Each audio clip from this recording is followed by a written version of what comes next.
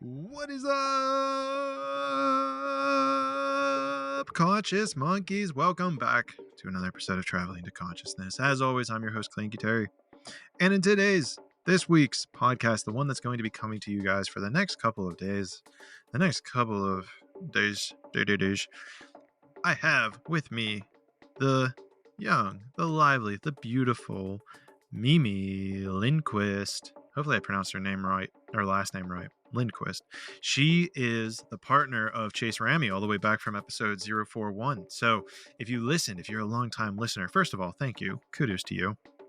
But also be aware that she is the one that he's talking about in that podcast. So if you're interested in hearing their story, we don't dive into this podcast. No. They have a very fascinating story of being high school sweethearts, getting married, divorcing, and now they're back together. It's a really crazy ride. So go check out episode 041 if that interests you. Odyssey 041. But the likelihood that you're interested in that is low because you probably clicked on this saying, hey, Clayton, I clicked on this because I saw words like AHCC and I saw HPV in the title. And so that's why I'm here. And so if that is why you're here, then you are in the right place, my friend, because Mimi and I, that sounded kind of wild. Mimi and I go very deep on both of those topics.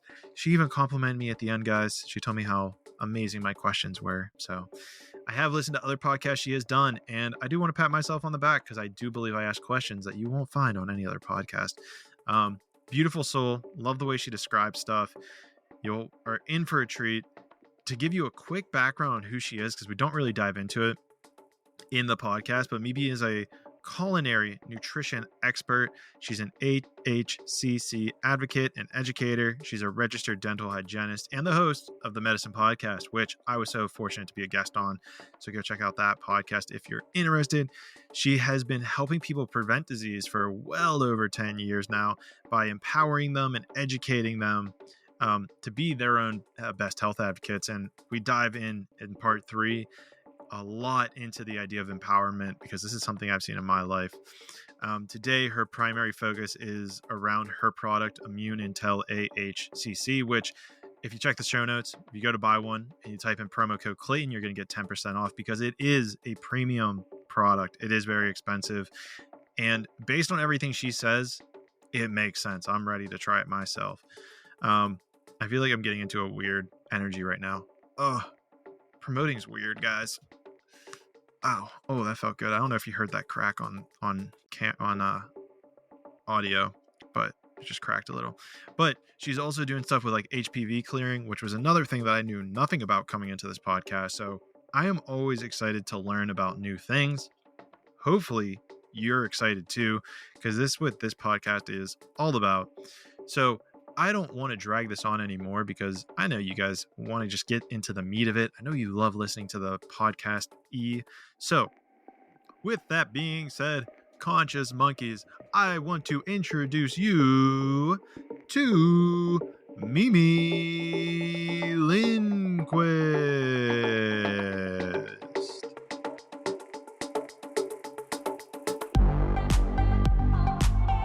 Traveling to Consciousness, exploring spiritual journeys to find answers in uncertainty.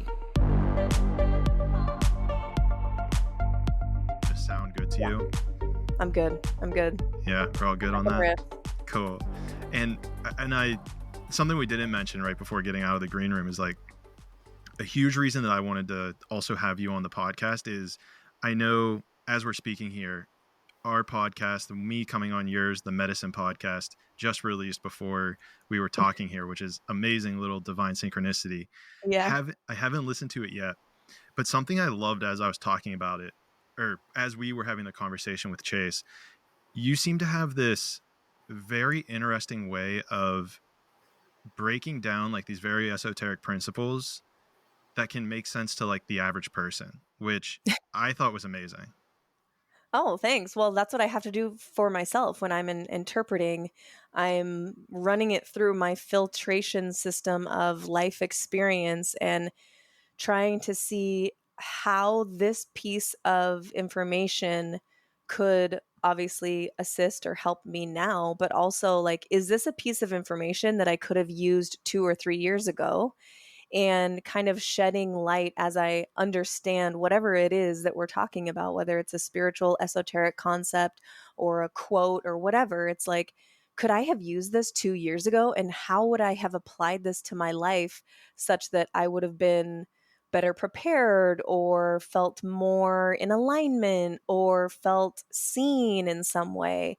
And so sometimes I just get flashes of like visuals where I'm Mm. like, oh yeah, I'm seeing this. And then I have a very strong guide archetype in me that lives in me where it like physically becomes uncomfortable if I have a piece of information that has helped me in some way.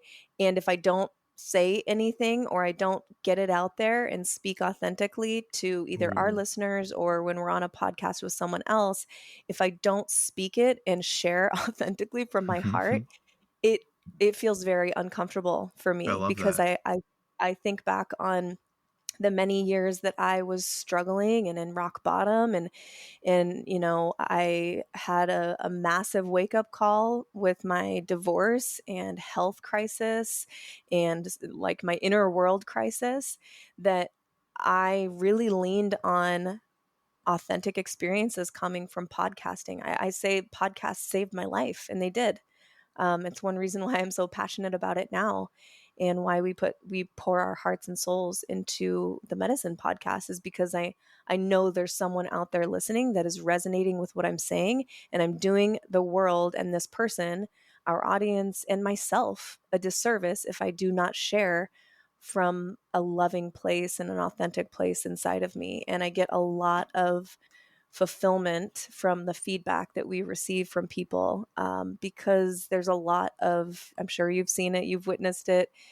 There's a lot of people out there, maybe in the podcasting space, but certainly on social media, TikTok, Instagram, all the things that are trying to be authentic. They're like, how do I be more authentic? Mm. Here's how I'm going to be more authentic. And it's like a chore, and it's just not something that I deal with. It comes like a spring from outside of me, and I don't care if I sound or look stupid or like I don't have it all figured out, because I don't, and I'm just right next to these people figuring my shit out along the way and helping people as much as I can and hoping that they dodge some of the arrows that hit me. Yeah. No, that's great. And I think, getting more authentic is almost like the journey. I think it's interesting when people bring up like, how do I be authentic? It's like, I don't know. And I see this in terms of like alignment too, where it's like, how do I get into alignment? It's like, you're already in alignment. You're just trying to get in more of alignment with who you are. So I think that's kind of like a beautiful journey that you're on there, because you're talking about how you're okay conquering the things that aren't, you're okay going into that darkness. You're okay saying that you don't know. And I think that's a very valuable place for people to start. And it's probably a great place that you're at and being a guide. And I know, speaking of why I wanted to get you on the podcast, also, I need to make a quick announcement for the audience. Mimi is the beautiful partner of Chase Ramy, who was on podcast Odyssey number 41. And they have a wild story. And maybe we'll get into that at some point, but just if people want to go hear more about their story, go check out that podcast, because we dive into that a lot more from a masculine archetyped perspective. And it was episode 41. So if I don't sound as great as I do now, that's probably why. But, but maybe we'll get into your story at some point. The main reason, coming back to wisdom, coming back to your guiding principles, your ability to guide, a huge thing that I know that I've heard you on a lot of podcasts talk about is AHCC. And I got to look it up, because it's like AHCC. It's just a mouthful. I know you've talked It's before not about this. easy. There's got to be a rebranding out there. So first of all, have you thought about like a way to rebrand AHCC to like sound a little bit more sexy? You know, it's a patented product. It stands for active hexose correlated compound, and it's patented. So there's no rebranding. And, I've come to terms with that. We've talked about it at length, Chase and I, early on in my, I guess, journey with educating on AHCC, he's the business mind. I lead from my heart, and we make this wonderful team where we can sort of complement each other, leading from different places. And this was one thing that he brought up very early on in our business was like, hey, babe, think about the fact that it is not easy to say. It's a mouthful. It's not easy to remember. There's a lot of education that has to go on here. It's not easy to market. All of these things were sort of like cons, right? In a list of pros and cons, there was a long list of cons. I didn't Yeah. give a shit. I didn't care. I knew that I had to talk about this thing. I knew that other people had to know about this thing because it is such a powerful solution for so many people out there. I didn't care. I was like, I hear you, but if I don't follow this intuitive nudge, it's going to be a problem for me because I will go the rest of my life wondering what if I would have stuck with that? How many lives could have been impacted or changed or supported in some way? And I am so glad that I listened to my heart, that I listened to my intuition, because although it is a mouthful, I it's a weird thing now. I kind of like that it's not sexy. I kind of like that it is not just out there everywhere and there's 100 people talking about it. I mean, that would be great. Educating on it, of course, that would raise the knowledge level of the public on this thing, and that would be wonderful. But there is a piece of me that's like, no, I'm proud that I chose this more difficult path. Like, I didn't choose a sexy, easy mushroom like chaga or cordyceps to center my life and education around. I wanted to go with my gut, and I did. So it's a very long answer to like, yeah, I know it's not sexy. It's not easily marketable, but that's okay. The path for us is not always the easiest. Certainly, it's not always the easiest, and it's not always the most fun, but it's ultimately, if we are, like you said, in alignment, and I feel very much in alignment with this path, like it's a labor of love, and I'm committed to it. Yeah, that's beautiful. And it's beautiful how you kind of made that pivot almost, that you're grateful for it not being sexy. Because that was kind of like where I was saying, I was like, wonder if there's any positive things to the fact that it's not. But before we even keep diving into the name, like what even are we talking about here? What is HCC? I know it's something I didn't even know about until after our podcast. Oh, You're like, hey, yeah, see, I was having that issue too. Can you hear me now? Yeah. Can you repeat the question? You froze at like, what? Yeah. Oh, just like, what is this thing? What are we talking about when we say AHCC? I know it was something that I didn't even know about. And then you were like, oh, hey, like, I enjoy talking about this. And I'm like, I don't know what this is. And I've been a pretty fit guy looking into different nutrition. So, and I've never heard about it. So what even are we talking about when we say AHCC? Yeah. Yeah. So I've been educating on AHCC and medicinal mushrooms for 5 years now, over 5 years. And I've met exactly 5 people in that time that have heard of AHCC. So you Wow. are not alone. I've spoken to physicians, researchers, scientists, naturopathic doctors, and even other medicinal mushroom gurus. I use that term very lightly, but medicinal mushroom enthusiasts, if you want to call it that. And they haven't heard of AHCC. So, AHCC is a patented cultured product from the mycelia of shiitake mushrooms. And it originated in Japan in the late 1980s. So there were these Japanese researchers and scientists that were studying mushrooms, and they basically were able to cultivate and culture the mycelium. So I have a little mushroom. If somebody's watching here, I have a little mushroom piece of art behind me. And what you see here is the mycelia. It's sort of like the It's root like the structure. roots. Okay. Yeah. Nice. So it looks like the root structure, but it actually behaves like a combination of the immune system and the neural network of the entire fungal organism. So if you go out into nature, if you go into a forest, the entire forest floor is going to be made up of mycelia. So this is literally the fabric of our earth. There are millions and millions and millions, probably billions of miles of mycelia underneath our feet everywhere we walk. This mycelial network is sending information and nutrients to, yes, the fungal organism, but also plants and flowers and trees all over. They are contributing in this way as the sort of web, the World Wide Web underneath our feet of plant life and nature, really. So these researchers understood the intelligence of the mycelial network, and they went through this process of developing a patented manufacturing process to culture the mycelia. And they started clinical research right away. Most of the clinical research on AHCC is tied to liver disease and cancer, even end stage cancer, very advanced stages of cancer. And they saw amazing results. I'm talking about tumors that shrink in a matter of months on AHCC. So they continued research through the 90s, through the 2000s, and it is the most clinically researched specialty immune supplement in the world currently. It has over 30 human clinical trials behind it. Everything from cancer, like I said, to liver disease, to medication-resistant epilepsy, to Lyme disease, and even to HPV, human papilloma virus. And And 30 is there's a more. lot, right? And 30 is a Oh, lot, yeah. right?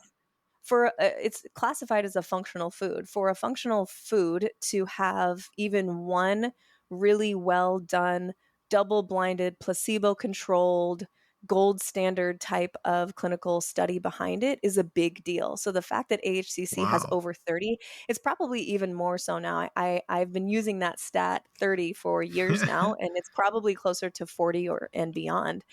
You cannot deny the Is there a intelligence. reason? Is there a reason that it Is has there a so reason? many? Because it's really freaking effective, and they keep finding new ways to support the human body in different diseases and conditions. So if you want to talk about why, we get into the mechanisms of action. Why does it work so well? How does it work so well?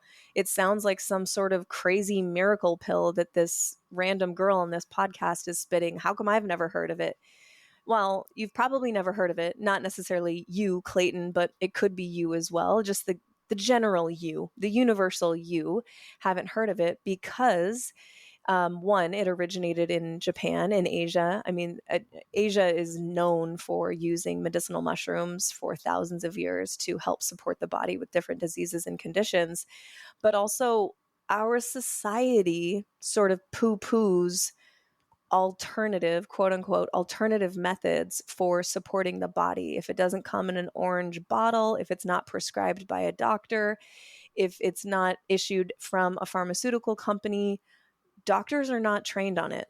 So even though AHCC is used in over 1,000 cancer clinics worldwide Wow. to support people through their journey of, dealing with cancer, it's still not used in the United States for many reasons. The cancer industry is just that. It's an industry. And you notice how the research is linked to chemotherapy, surgery, treatment options, but it's not centered around prevention, lifestyle, figuring out why is this even happening and can we prevent it from the beginning?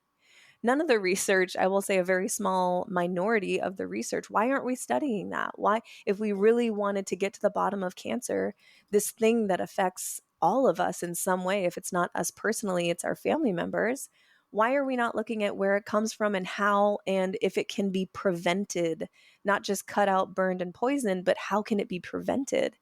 And so there's many reasons why people have not heard of it. But it doesn't negate the piles of research and anecdotal evidence out there supporting its badassery. Always down for some good badassery. Yeah. So then is it is it something that's well known in other countries but Americans are just ignorant of? Yeah, it's definitely more well known in other countries like Asia, Japan. I can't tell you which country uses it the most off the top of my head, but I would guess probably somewhere in Asia. They're used to using things like medicinal mushrooms to support the Mm, body. And the medicinal mushroom market didn't really reach America till like 30 years ago ish, where people were actively using mushrooms to support their bodies. So, yeah, I mean, Asia's been all over this for thousands and thousands of years.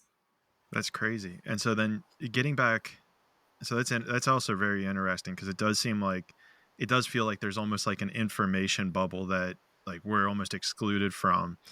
And you talked about pharmaceutical companies, but I have a feeling that I probably shouldn't pull that thread too hard. I don't think either of us are at an escape velocity yet to get away from that beast. I'm sure there's a lot of assumptions that can be made within that conversation. It's something that I am interested in. Jumping back to the shiitake mushrooms, Hmm. you were saying that this is a chemical, and correct me if I'm wrong here, but a chemical that's found within the mycelium. Is there an extraction process that occurs, and like, or are we just eating shiitake mushroom mycelium? No, so yeah, it's a very in-depth manufacturing and culturing process that takes roughly 60 days. And the facility that all of the AHCC in the world comes from is their manufacturing standards are equal to that of any pharmaceutical because AHCC is used in cancer clinics worldwide, teaching hospitals, research facilities all over. The manufacturing standards have to be top notch. And I went to the facility in 2019 when I attended the International Congress on Nutrition and Integrative Medicine in Sapporo, Japan. This is like basically a red carpet event for the primary and leading researchers and physicians who are studying Oh, AHCC all over the world. So it was well, 2 full congrats! That sounds like days a dope. of, That sounds like a dope trip. oh yeah, I was wide-eyed and just starry, like felt like I was at a red carpet event because I was such a sponge for this information. So I just sat for 2 days straight and listened to researchers from Brazil, from Spain, from Asia, even from America studying AHCC. And so in that trip, I was able to tour the facility. And this thing is like, it's not just like a co-packing, standard facility. It looks like Willy Wonka's factory, honestly, but it's all stainless steel, and it's a very, very in-depth and unique manufacturing process. And I have a couple books that I can send your way if you want to learn more about the actual processing and the culturing. But essentially, they culture the mycelium and then it goes into these huge liquid tanks for 40 to 60 days where it cultures there in a very specific way. And then they, from there, dry it out and make it into a powder that they can then put into a pill and provide to people all over the world. So that's a little bit of the manufacturing process. Can you drop the names of the books just for anyone listening who might want to find those? Yeah, so the one that I would recommend most is by Dr. Fred Pescatore. He is the first doctor who really utilized AHCC in his practice in New York. He wrote a book called AHCC: The Medical Breakthrough in Natural Immunotherapy is the book that I would recommend. That's it's a small book, but it's potent, and anyone who's interested in AHCC will learn a ton. I call it my AHCC Bible. Nice. Well, anything that's potent is definitely on par for this podcast. um, so something that always kind of trips me up here when we're talking about extracting things from their natural organism, right? I've seen this kind of with other minerals, and it always kind of gets me like a little off base. It's like this mineral is found in fruit, or this mineral is found in this. But there's a piece of me that always kind of gets hung up on, yeah, but are we not supposed to eat it in its natural state? Like what, like that kind of always throws me off. And you have a bunch of scientific studies that validate its efficacy. Um, do you see that as any sort of issue? Is it like, how does that kind of rub you in regards to extracting something from its natural state? Hmm. Yeah, no, it's a good question. So because AHCC is cultured from the mycelia of shiitake mushrooms, if you want to go out and find mycelia and try to separate the thread-like hairs out of the ground and consume those, good luck. But it's not the same as eating a bunch of shiitake mushrooms.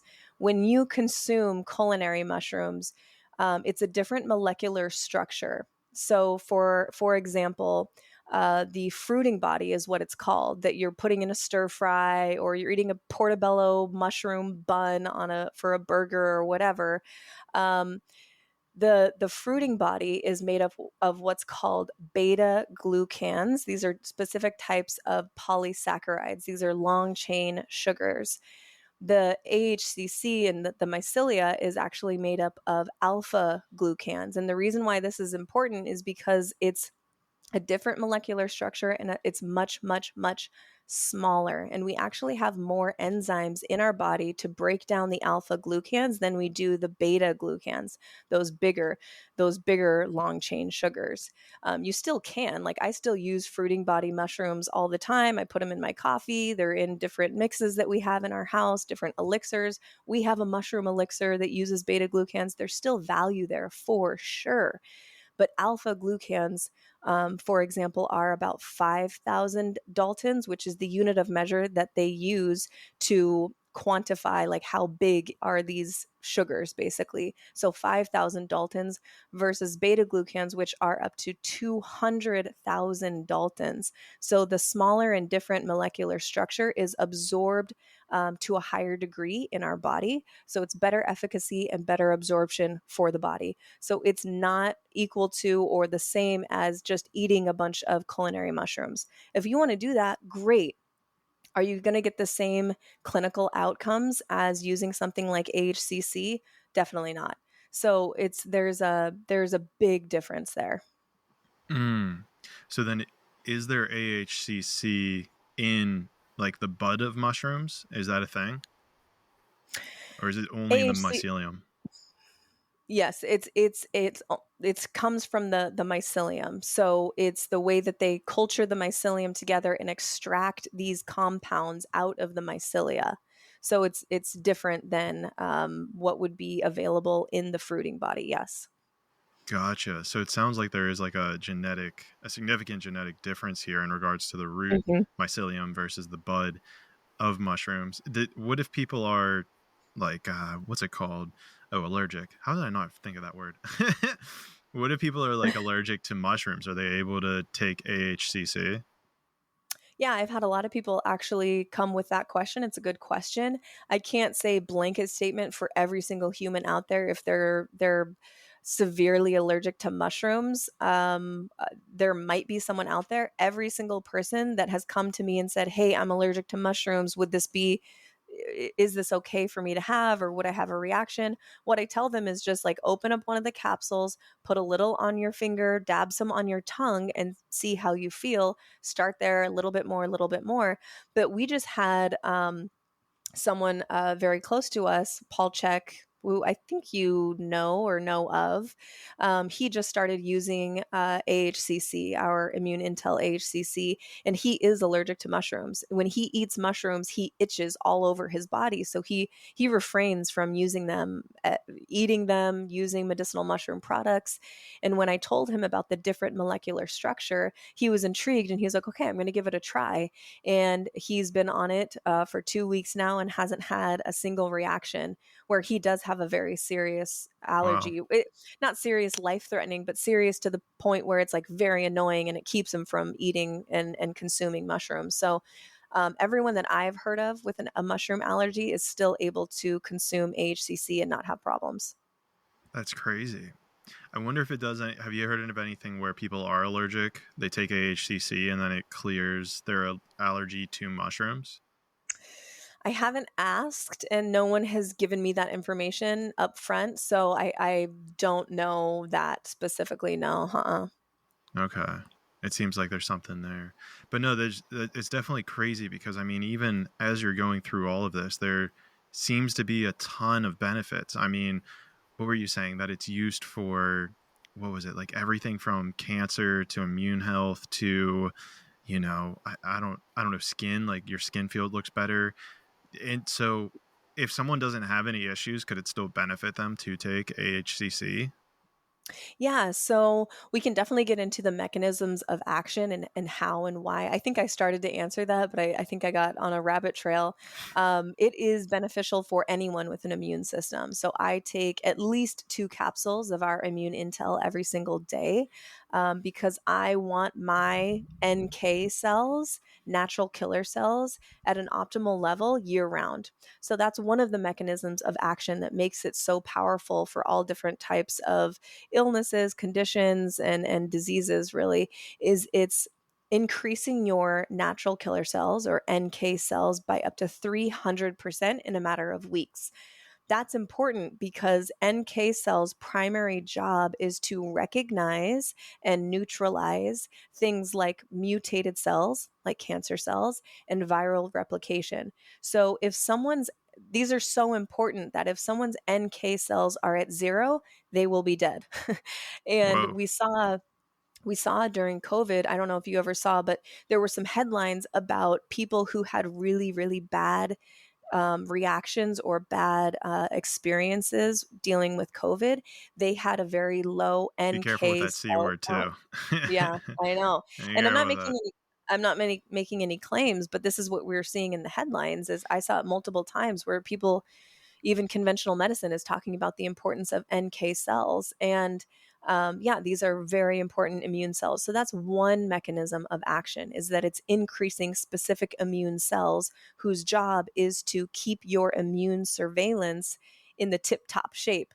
But we have so many things coming at us from every angle, whether that's stress from our job, stress from our relationship, even hormetic stress like working out or cold plunge or sauna, chemicals coming in from the air, and dealing with all this stuff of a modern human. Our stress buckets get very full very fast. And if people aren't, super dialed in and they're doing all the things to support their body and their immune system, a simple virus can put things over the edge where they're now responding in a really horrible way and they don't have the necessary immune cell levels to deal with this in an effective way. And so that's really important, is the immune surveillance component.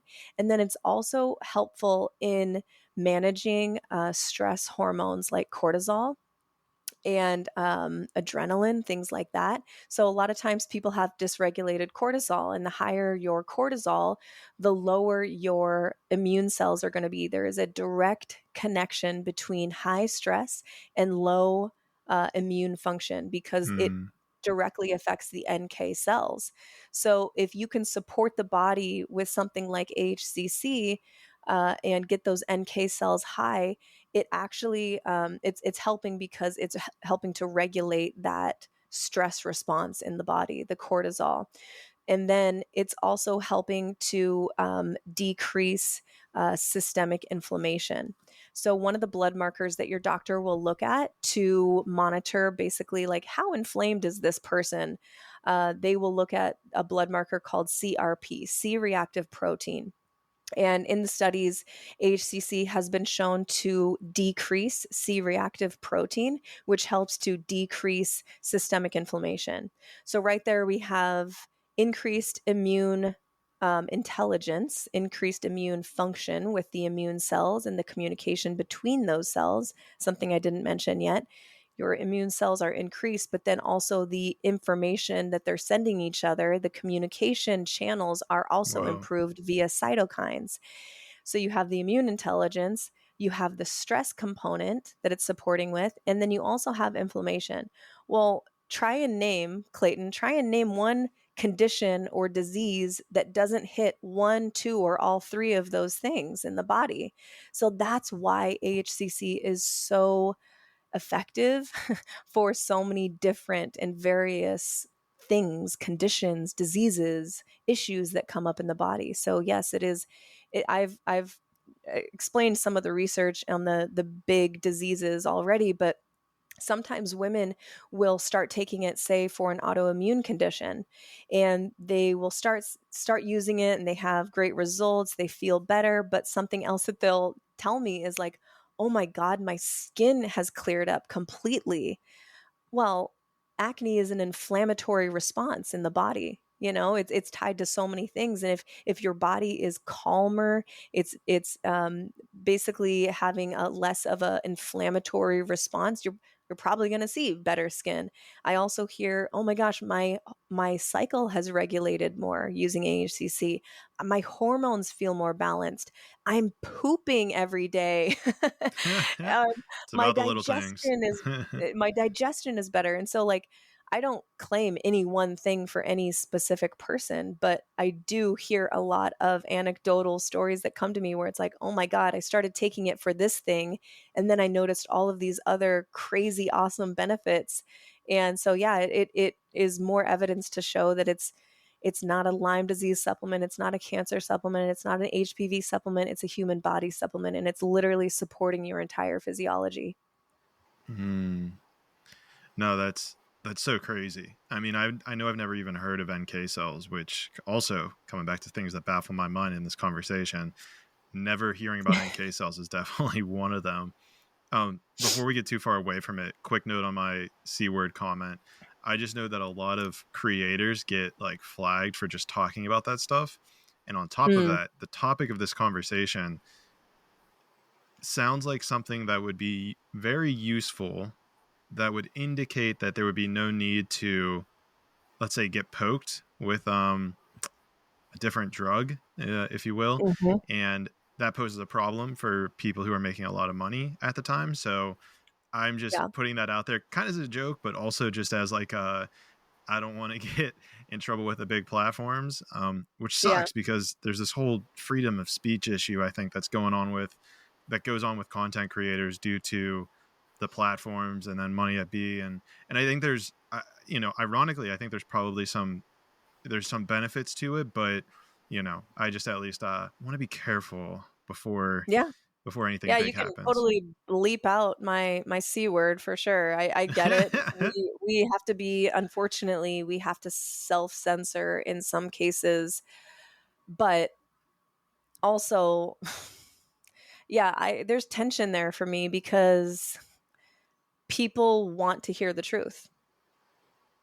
And it's really tough as a creator to walk that line of being like, how much can I say without being put in jail, whether it be podcast jail or Instagram jail or whatever, when I know that people can benefit from this. And yeah, I feel that tension for sure, but I'll keep the C words to a minimum. Well, and I think I think there's multiple levels here, right? I think there's one level of how much, like, first of all, what you're doing is obviously like providing a lot of value of just getting the words of, or the letters of AHCC out there is very beneficial. And I think it's almost like a mechanism, obviously, of control, but at least guiding people to what we need to discuss at certain given times. So, like, I think even just having our conversation about free speech and our ability to point out that there are boundaries within it, I think is just maybe even a conversation we can have. So maybe that's even a more powerful conversation to have at this moment. Because I know for smaller creators, like, man, I'm sure there's creators even in the millions of followers who still have to taper their speech because they haven't hit this, what I call, and I think I've heard from like Joe Rogan's called an exit velocity. There aren't too many creators who are at what is deemed as exit velocity, where you can talk about anything you want and you have no worries of repercussion. Like, from people that come to mind, like Joe Rogan's one of them, probably Jordan Peterson, maybe Jocko, but like there's really not a whole lot of people who, in my opinion, have like gotten to the place where they have get out of jail free cards when it comes to big platforms censoring their material.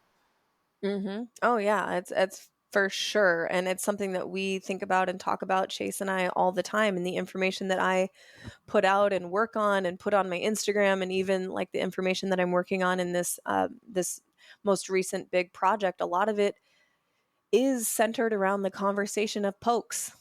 And it's a What's big pokes? piece of pokes. Okay. Yeah, like What was the I calling? shot. I call them jabs. Yeah. Okay. Gotcha. All right. And See, that's a so problem. That's the problem with not having free speech. yeah, I know we have to come up with words. One of my friends, who's also a creator, and she's a holistic practitioner.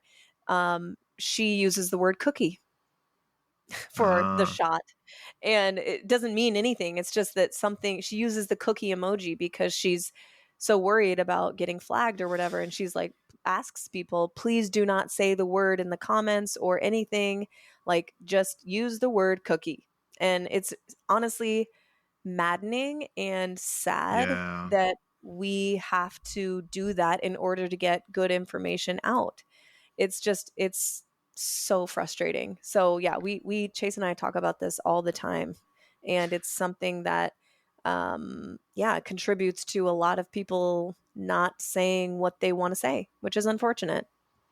What's interesting is it seems like there might be a lot of lessons piled up in this because, I think there's probably an element of fear. Like, are you afraid of, being put into these jails that you're metaphorical jails that you're talking about? And, I guess there's like a dilemma of, okay, are you actually afraid? Like if you're doing it out of fear, it's one thing. But then if it's like, okay, I'm just trying to avoid it so that I don't know how to articulate this. I guess it kind of comes back to the intention with which you're doing it. And maybe there is a piece of me that fears that, but it's more along, like, I'm not going to go back and bleep your thing because I'm kind of in the mindset of just like, it is what it is and whatever happens, happens. But it does seem like a very interesting reflection in regards of like fear linked to free speech that seems to be prevalent in our culture nowadays. Oh, yeah, absolutely. I mean, there's tons of people that are afraid to say what they need to say. And I've been one of those people in the past, knowing that our business, our livelihood depends on me having an Instagram, unfortunately. But that's the reality. So if I get Hmm. put in Instagram jail, like I have been in the past, by the way, for telling people, I had someone come into my DMs and ask me, like, hey, I'm thinking about getting the poke, getting the jab, whatever, or my doctor wants me to, what are your thoughts? And all I said, all I messaged back to her was, I think you need to listen to your intuition, and I think you need to take care of your body, make sure that all these other boxes are checked, and your intuition is there for a reason. Follow it. That's all I said. I didn't say don't get it. I didn't say get it. I didn't say it's dangerous. I didn't say anything. I said follow your intuition. Listen to what your soul is telling you. And I got put in Instagram jail. Somebody, I don't know if somebody reported me or whatever. This was back in 2021, and our business suffered because of it, because I literally couldn't go on Instagram and do anything, because every time I pulled up the app, they had a box that was telling me basically like, you're in Instagram jail. I could still go to my page, but I couldn't do anything. No one could see my stuff. It was very frustrating. And so yeah, our life, I mean, we're fine. It's not like we went under because of that 1 week, but yeah, it affects our livelihood. So I'm right there with you. It's really frustrating, and I hope that we're at the peak and that things will change in the future. I don't know though. It's who knows. It's up We're to all us as here on the roller individuals. coaster. Yeah. Yes, Whenever this it kind is of gets to, where. yeah. Oh, You go ahead. sorry. I was going to say, this is where it becomes really important for individuals, like you just said, for the individual to take their health into their own hands and become their own best advocate for their health. And to, if they have questions about something, maybe just wait a little bit and get a second opinion, or do some digging yourself, do some extra research, talk to someone else, like get varying viewpoints. Like, that's where we have to step in for ourselves and not rely on 3-letter organizations to miraculously keep us healthy somehow. Yeah. Yeah.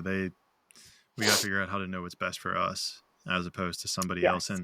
And I think that there's probably something there in regards to free speech as well, of, you know, speaking your truth, which it's something I know a lot of people are afraid to do. I get clients all the time that sometimes they don't even recognize it, but it's like very glaring that it's like, you're not speaking your truth. And it seems to me that just that act, if more people were able to step into their power of saying things that they knew needed to be said, even if it's just at a small scale, I think the ramifications of that are incredible. Like it's very powerful, if Mhm. you will, the ramifications of that. And on top of that, I think, you know, coming back to what you initially said, which is, I hope we're at the peak of that.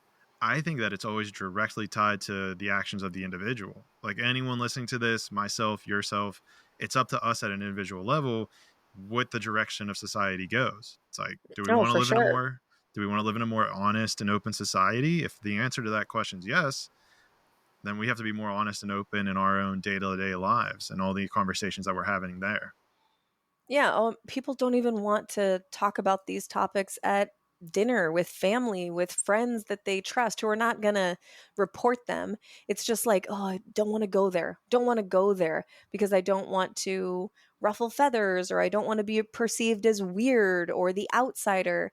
But I think what happens is we assume that people around us think differently than us, and that puts us all in a position where our reality is actually skewed. Because if we're looking at headlines, news articles, mainstream legacy media to tell us what reality is without talking to real people around us, then it's completely skewed of what is actually going on in the world.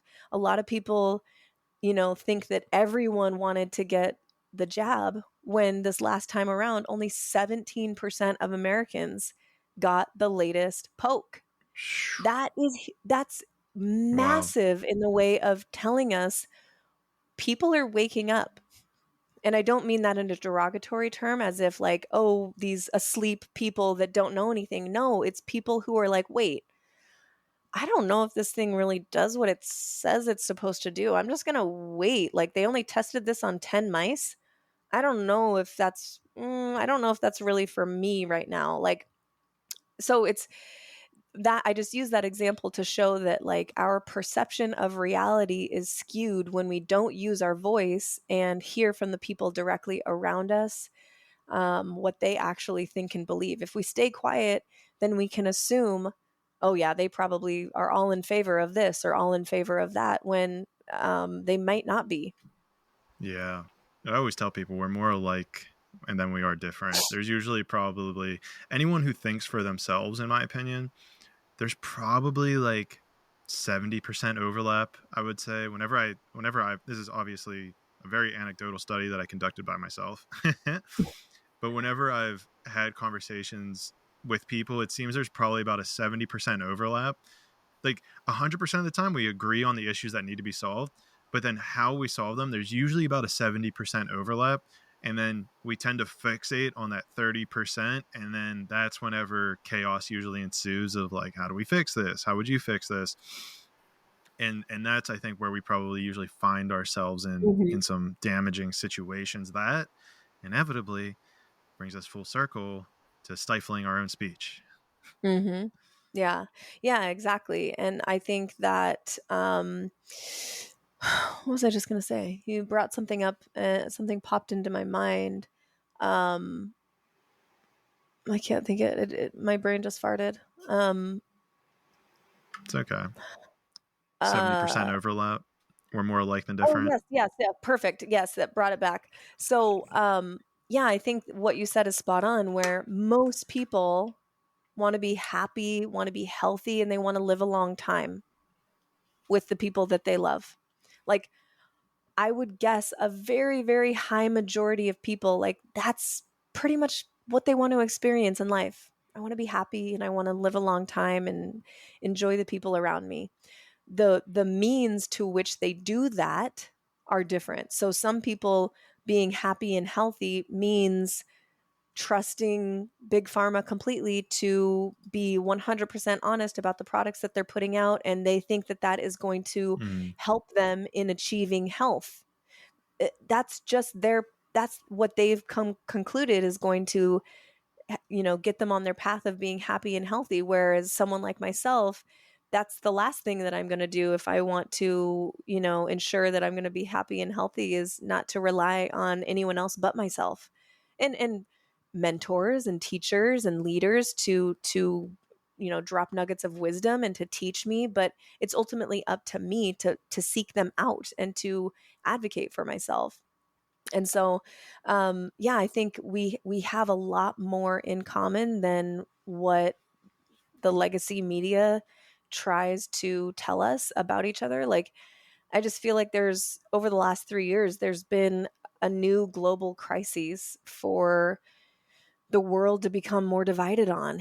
And it's just so frustrating, because it's like, why don't we focus on what we all have in common, and then from there we could maybe like sit down and empathize with each other and talk about like what solutions might overlap and everything. Like, I think that the world would be a completely different place if we focused on what we have in common rather than what we disagree on, because it's like you said, it's huge overlap. It's well put. It's really well put. And what I would even add to that is again, it brings it back to the individual. It comes back to every single person that's listening to this. It's like, what world do you want to live in?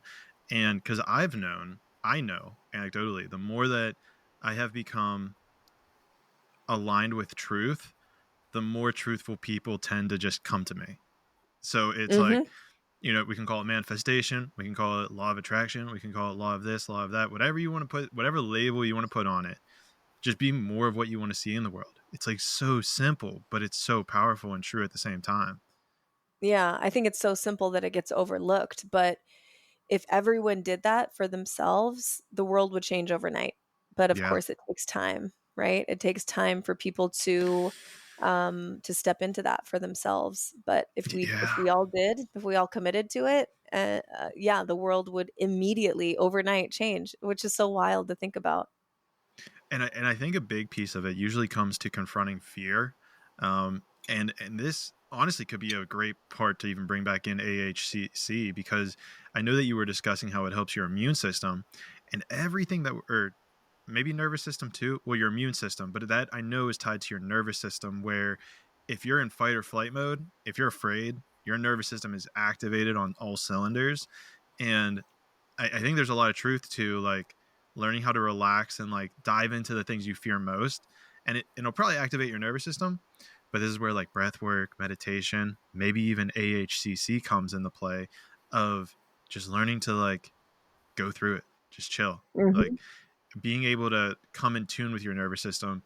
So I know you were talking about immune system, but are there any biomarkers in regards to nervous system, in regards to AHCC, of living a more calm life? I have I I haven't seen any studies specifically like looking at the nervous system specifically. There might be some out there that I haven't seen, but I've had my eyes on a lot of AHCC research.